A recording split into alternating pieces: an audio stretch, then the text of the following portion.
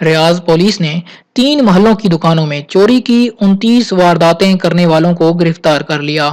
ریاض police نے اعلامیہ جاری کر کے واضح کیا کہ ایک سعودی شہری اور ایک نائجیرین چوری کی پے در پے وارداتیں کر رہے تھے۔ دونوں کے خلاف وارداتوں میں ملوث ہونے کے شواہد مل جانے پر گرفتار کر لیے گئے۔ یہ ایک طرف تو دکانوں میں چوریاں کر رہے تھے، دوسری جانب کھڑی ہوئی گاڑیوں کے شیشے توڑ کر ان سے قیمتی اشیاء نکال کر فرار ہو جاتے تھے۔ دونوں نے 29 وارداتوں کا اعتراف کیا۔ یہ الجرادیہ، شمیسی اور سبالہ محلوں میں سرگرم تھے۔ دونوں کو گرفتار کر کے پبلک پراسیکیوشن کی تحویل میں دے دیا گیا۔ در اندازوں یعنی غیر قانونی بارڈر انٹری کی شرح میں 13% اضافہ۔ سعودی وزارت داخلہ نے اعلامیہ جاری کر کے واضح کیا کہ گزشتہ 43 روز کے دوران گرفتار کیے جانے والے در اندازوں کی شرح میں 13% اضافہ ریکارڈ کیا گیا۔ 3 سفر تک در اندازوں کی تعداد 31,737 تک پہنچ گئی، جبکہ 20 ذوالحج تک 27,577 گرفتار کیے گئے تھے۔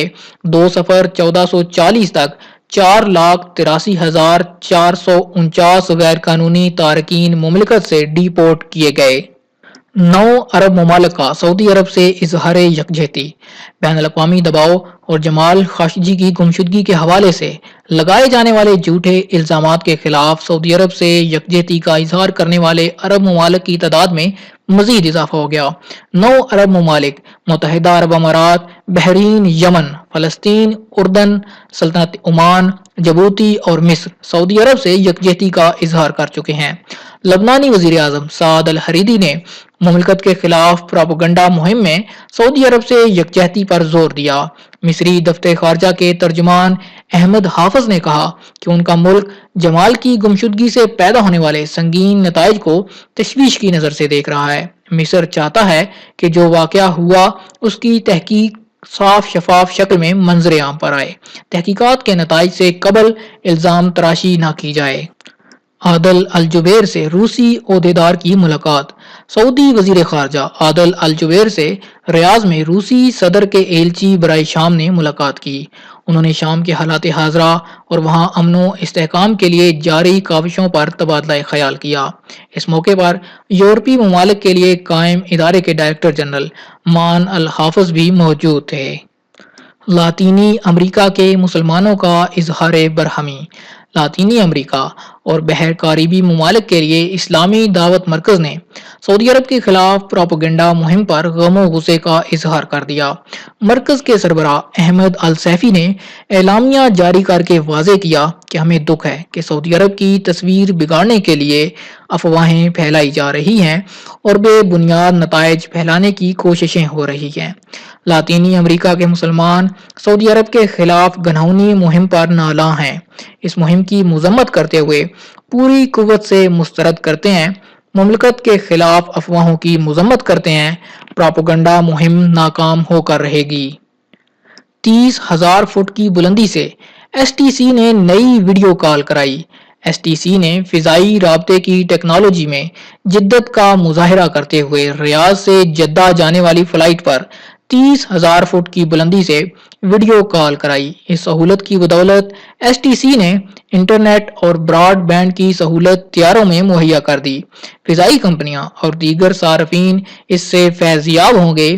اس کی بدولت 3 میگا بائٹ لاگت بھی کم ہوگی۔ شاہ سلمان کا ترک صدر سے ٹیلی فونک رابطہ۔ خادم حرمین شریفین شاہ سلمان بن عبدالعزیز نے ترک صدر رجب طیب اردگان سے ٹیلی فون پر رابطہ کیا۔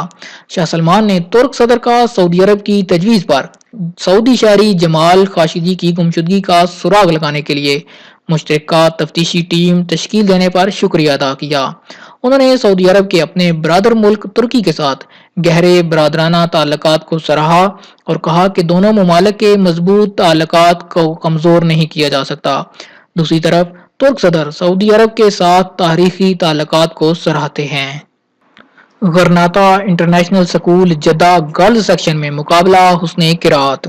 غرناطہ انٹرنیشنل اسکول میں مقابلہ حسن قرات کا انعقاد کیا گیا، جس کا آغاز جماعت دہم کی عائشہ احسن نے سورۃ رحمان کی تلاوت سے کیا۔ ہدیہ نعت 12ویں جماعت کی طالبہ مریم ندیم نے پیش کیا۔